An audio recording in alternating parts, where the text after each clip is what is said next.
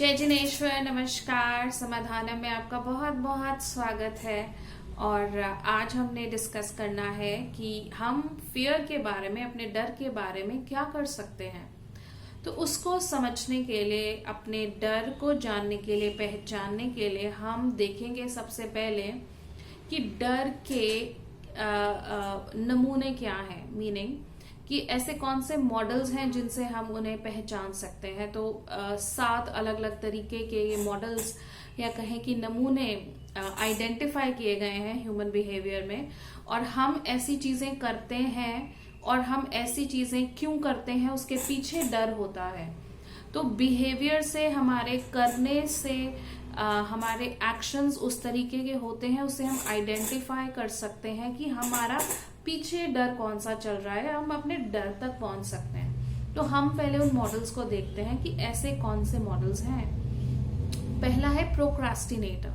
Procrastinator यानी जो इंसान हर चीज को डिले कर करके करता हो, बहुत समय लगाता हो, बहुत सोचता हो। ऐसे लोग इतना डिटेल में देखते हैं चीज को और उसी में इतना समय लगाते हैं क्योंकि उनको हर चीज परफेक्ट चाहिए। तो एक ये डर भी है पीछे कि अगर ये परफेक्ट नहीं हुआ तो क्या होगा, और अगर ये हमारा डिसीजन सही नहीं हुआ, मान लीजिए कोई डिसीजन लेना है, सही नहीं हुआ मेरा डिसीजन, तो क्या होगा। तो वो घंटों घंटों घंटों या दिन टाइम इतना लगा देते हैं चीजों को डिसीजन लेने में। तो इसके पीछे भी डर है। मगर ऐसे लोग बहुत पारखी होते हैं। पारखी मतलब बहुत छोटी छोटी माइन्यूट डिटेल्स को नोट करते हैं और बहुत अवेयरनेस में भी रहते हैं। दूसरा जो हम मॉडल डिस्कस करेंगे वो है पीपल प्लीजर। ऐसे लोग जो दूसरों को प्लीज करते हैं, ठीक है, दूसरों के हिसाब से करना चाहते हैं, जैसा लोग चाहते हैं वैसा ही अपने आप को प्रेजेंट करना चाहते हैं। और इस वजह से वो लोग बहुत पॉपुलर भी होते हैं आपस में, मतलब लोगों में। I mean they are very friendly that ways, क्योंकि वो लोगों के साथ लोगों के जैसा रहना चाहते हैं। तो मगर ऐसा क्यों होता है उनके लिए कि वो अपनी कंफर्ट जोन में से भी निकलकर दूसरों के जैसा, दूसरों को पसंद है वैसा करना चाहेंगे। तो इसके पीछे होता है फियर ऑफ जजमेंट, कि आप ये नहीं चाहते हैं कि कोई आपको जज करे, है ना। क्योंकि जब कोई आपको जज करेगा तो आपके बारे में क्या अच्छा है, क्या बुरा है, लोग बहुत कुछ कह सकते हैं। सो दे आर अफ्रेड, उनको डर लगता है कि हमारे बारे में कोई कुछ ऐसा ना कह दे जो हमें अच्छा ना लगे, राइट। वो अलग होकर नहीं दिखना चाहते हैं। नेक्स्ट हम बात करते हैं रूल फॉलोअर्स की, ठीक है, जो प्रिंसिपल्ड होते हैं, जिंदगी में कुछ डिसिप्लिन फॉलो करा हुआ है और उसी के हिसाब से चलना है, रूल्स रेगुलेशंस के हिसाब से चलना है, और उससे जरा भी हटना पड़े तो मुश्किल है, प्रॉब्लमैटिक है। और ऐसे लोगों के साथ रहना भी कई बार मुश्किल होता है, क्योंकि अगर जहां पे रूल फॉलो नहीं हो रहा तो वहां पे दिक्कत हो जाती है। वहां पे प्रॉब्लम ये है कि वो अपने आप को कंफर्टेबल फील नहीं करते हैं, वो फ्लेक्सिबल नहीं होते हैं, है ना। क्योंकि बिना रूल के how will I lead my life. मेरा डिसिप्लिन अगर टूट जाएगा तो कैसे मैं चीजों को ठीक से करूंगा। सो इन लोगों के साथ इस तरीके की प्रॉब्लम होती है। नेक्स्ट है आउटकास्ट, ठीक है, जो लोग अपने आप को अलग थलग कर लेते हैं, अपने आप को अलग रखना चाहते हैं। ऐसा क्यों है? वो कोशिश करते हैं कि इससे पहले कि कोई उन तक पहुंचे वो ही किसी को रिजेक्ट कर दे। मीनिंग उनके अंदर फियर ऑफ रिजेक्शन है, ठीक है। तो वो दे आर इंडिपेंडेंट, वो अपने आप को इंडिपेंडेंट रखते हैं। That is good thing about them. They are also kind of empathetic, मगर इतना मतलब उनको ये रहता है कि हमारे को कोई रिजेक्ट ना कर दे, इस वजह से वो लोगों को दूर रखते हैं, उनको अपने पास तक आने नहीं देते हैं। And they have fear of close relationships, कि अगर ये हमारे पास आएंगे और ये हमें नहीं पसंद करे तो व्हाट विल हैपन। उसके बाद हम बात करते हैं कि कुछ लोग होते हैं जो मॉडल करते हैं सेल्फ डाउटर को, जो अपने ऊपर ही डाउट करते हैं, अपनी कैपेसिटीज पर, अपने पोटेंशियल पर डाउट करते हैं, इन लोगों की कहिए ना कि सेल्फ एस्टीम या कॉन्फिडेंस कम होता है। एम्पथेटिक बहुत होते हैं, ये दूसरे को समझ पाते हैं, अच्छे से कहिए कि तैयारी भी बहुत अच्छी करेंगे, इतनी रिहर्सल करेंगे, मगर जब उसे एग्जीक्यूट या प्रेजेंटेशन का नाम आता है तो वो नहीं कर सकते हैं, अपनी कैपेसिटीज को डाउट करते हैं। वो उनके अंदर कुछ इस तरीके से चलता that I am not good enough, and this very feeling that I am not good enough उनको रोकती है अपने आप को प्रेजेंट करने में या आगे बढ़ने में या जो वो करना चाहते हैं उसको करने में। आगे चलते हैं, नेक्स्ट जो हम मॉडल की बात करेंगे वो है एक्सक्यूज मेकर का। कुछ लोग होते हैं एक्सक्यूज मेकर्स होते हैं। एक्सक्यूज मेकर मतलब कि वो हर चीज में बहाना बनाना चाहते हैं, रिस्पॉन्सिबिलिटी को शिफ्ट करना चाहते हैं। क्यों? क्योंकि वो किसी भी चीज की रिस्पॉन्सिबिलिटी नहीं लेना चाहते हैं। उनको डर है कि अगर कुछ गड़बड़ हुई या कुछ हुई तो ये ब्लेम हमारे ऊपर आएगा, तो वो इस चीज से डरते हैं, इसलिए डिसीजन नहीं लेना चाहते हैं। वो डिसीजन लेने के लिए किसी और को आगे करेंगे, पीछे से वो शायद काम करते रहेंगे अगर वो कुछ करवाना चाहते हैं, मगर अपने नाम में उस चीज को नहीं लेंगे, क्योंकि डर है कि कहीं को कुछ अगर गड़बड़ हुई, कुछ गलत हुआ तो ब्लेम उनके ऊपर आएगा। तो वो इस चीज को हमेशा अवॉइड करते रहते हैं। आपने सुना होगा ना, दूसरे के कंधे पे रखकर बंदूक चलाना, कुछ इस तरीके से। जो लास्ट मॉडल हम देखते हैं वो ये है पेसिमिस्ट का। पेसिमिस्ट मतलब जो नकारात्मक सोच में जकड़े हुए हैं, उनके साथ जिंदगी में कुछ बुरा हुआ है या बहुत कुछ बुरा हुआ है, तो उससे उनका नजरिया ही ये बन गया है कि जिंदगी में कुछ भी अच्छा होगा तो वो उनको डाइजेस्ट नहीं है, और वो हमेशा डरे रहते हैं कि हमें कुछ भी ऐसा नहीं करना कि हमारे को कुछ और तकलीफ जिंदगी में झेलनी पड़े या और ट्रॉमा से हमें निकलना पड़े या और पेन हमारे को सहनी पड़े।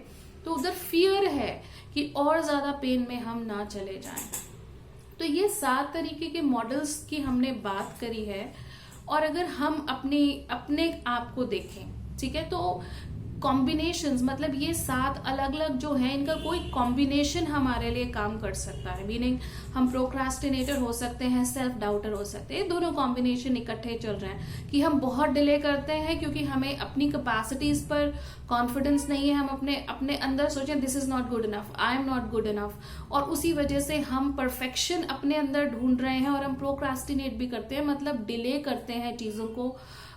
जरूरत से ज्यादा हमें डिसीजंस को टाइम पर लेने में मुश्किल आती है, क्योंकि हम डिसाइड नहीं कर पाते हैं कि हमारा परफेक्शन का लिमिट भी क्या है। That also keeps changing. तो किसी भी कॉम्बिनेशन हो सकता है, एक से ज्यादा भी हमारे अंदर ये बिहेवियर्स हो सकते हैं। तो आप अपने लिए चेक करें कि आप किन बिहेवियर्स में फंसते हैं और उनके पीछे आपके क्या फियर्स होते हैं। क्योंकि अगर हमें बात करनी है कि हम अपने फियर्स से कैसे निकल सकते हैं, तो उसका सबसे अच्छा तरीका यह है कि जो फियर्स हमारे सबकॉन्शियस में काम करें, मीनिंग हमारे अवेयरनेस में नहीं है। अवेयरनेस मतलब सरफेस पे हम क्या करें, ऐसा बिहेवियर कर रहे हैं, मगर हम ऐसा क्यों कर रहे हैं जब हम ये समझेंगे, मीनिंग जब हमारे अनकॉन्शियस या सबकॉन्शियस से ये चीज बाहर आएगी, हमारी अवेयरनेस में आएगी कि ये डर की वजह से हम ऐसा बिहेव करते हैं, क्योंकि लोग मुझे रिजेक्ट ना करें इसलिए मैं लोगों के पास ज्यादा नजदीक नहीं जाता या नहीं जाती या बहुत ज्यादा दोस्ती नहीं बढ़ाती।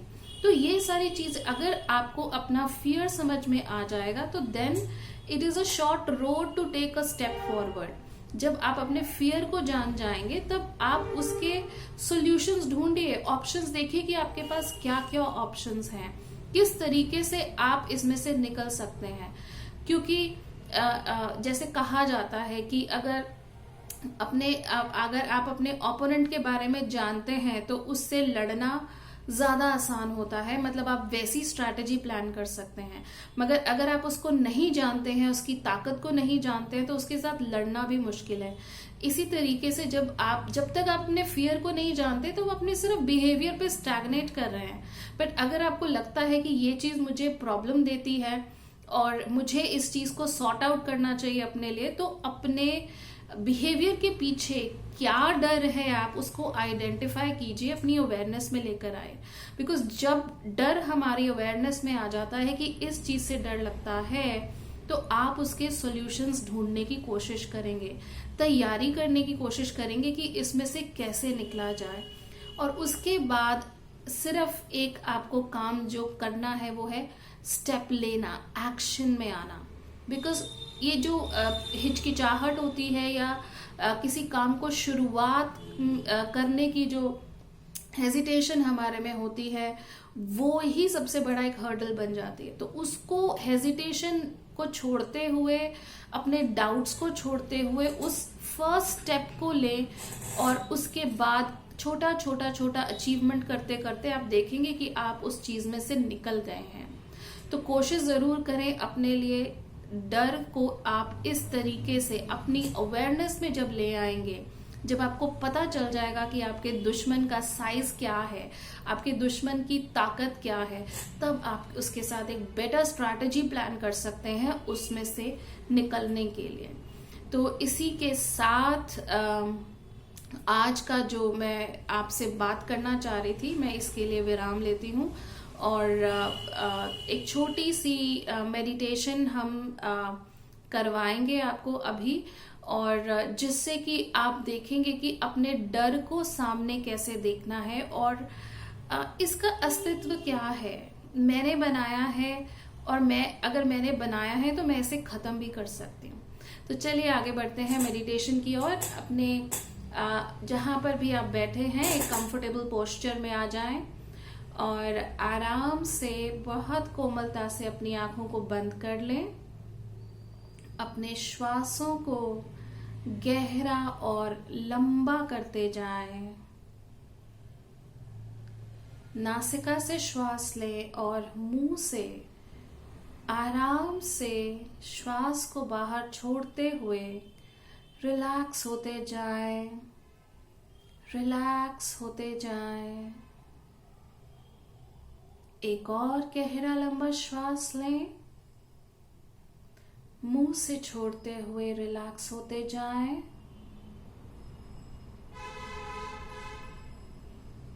और जो भी हमने आज फियर के मॉडल्स, उनके आर्केटाइप्स को डिस्कस किया है, उसमें से अपने लिए देखें कि मैं क्या क्या करता हूं।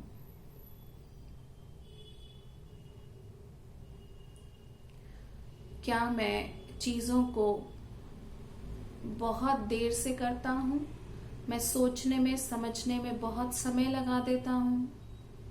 क्या मुझे डर लगता है कि कोई मुझे रिजेक्ट ना कर दे, लोग मुझसे अपसेट ना हो जाएं, इसलिए मैं ज्यादा पास नहीं आने देता, अलग थलग रहता हूं? या मुझे अपनी ही कैपेबिलिटीज पे डाउट है कि मैं ये कर पाऊंगा या नहीं कर पाऊंगा? क्या मैं लोगों को रिझाने के लिए, लोगों को खुश करने के लिए ऐसे ही काम करता हूं कि सब मुझसे खुश रहें, चाहे मैं खुद अपने आप में खुश ना रहूं? मुझे क्या ऐसा लगता है कि बहुत तकलीफ मिली है जिंदगी में, और अब डर लगता है कि और तकलीफ ना मिले, इसलिए मैं कुछ नया नहीं करना चाहता, जैसा चल रहा है वैसा ही चलता रहे। अपने अपने मॉडल्स को देखें, किससे आप आइडेंटिफाई करते हैं। और अब एक और गहरा लंबा श्वास लेते हुए अपने सबकॉन्शियस को अलाउ करें कि आपके जो बिहेवियर के पीछे डर है वो आपकी अवेयरनेस में लेकर आए। आपका डर आपकी अवेयरनेस में लेकर आए, और आप अपने डर को अपने सामने देखें। अपने डर को अपने सामने देखते हुए उसे बड़ा बड़ा एक्सपैंड करते जाएं। आप डर को सिर्फ देख रहे हैं, आप उस डर से अटैच्ड नहीं हैं। उस डर को बड़ा बड़ा बड़ा एक्सपैंड करते जाएं, इतना बड़ा कर दें कि वो आपकी नजरों में नहीं समा रहा है, इतना बड़ा।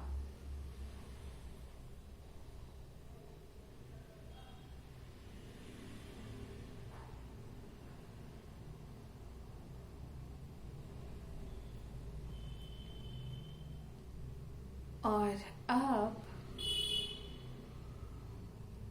जो ये डर इतना बड़ा हो चुका है कि आपकी नजरों में नहीं समा रहा है, इसको फिर से छोटा करते जाएं।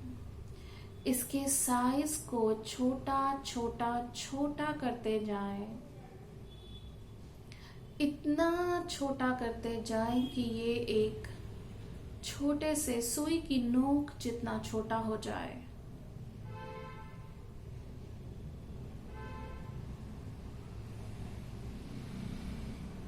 छोटा छोटा छोटा और छोटा करते जाएं।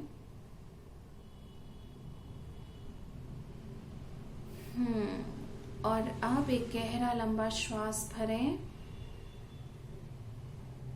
और इस छोटे से डर को, जो एक सुई की नोक जितना छोटा हो चुका है, इसको ब्लो कर दें, फूंक मारें और उड़ा दें।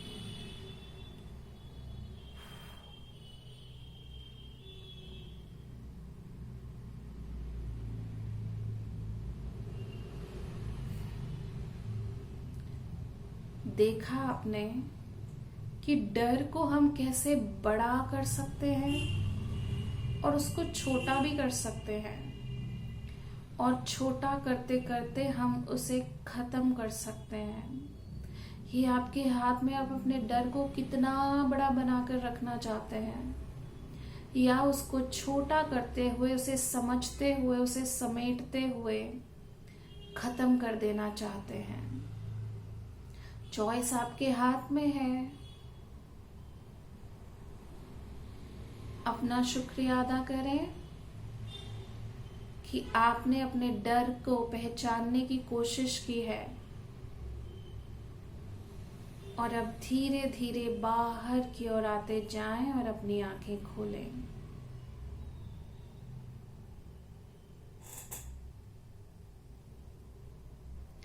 शुक्रिया बहुत बहुत। अगले संडे मेडिटेशन में फिर से मिलेंगे, और इस बारी हम बात करेंगे कि डर का हमारे शरीर पे क्या असर होता है। तो जरूर संडे मेडिटेशन में हमारे साथ जुड़ें इस बार की। शुक्रिया बहुत बहुत। अपना ध्यान बहुत अच्छे से रखें और अपने डर को पहचानें और उस पर काम करना शुरू करें। शुक्रिया।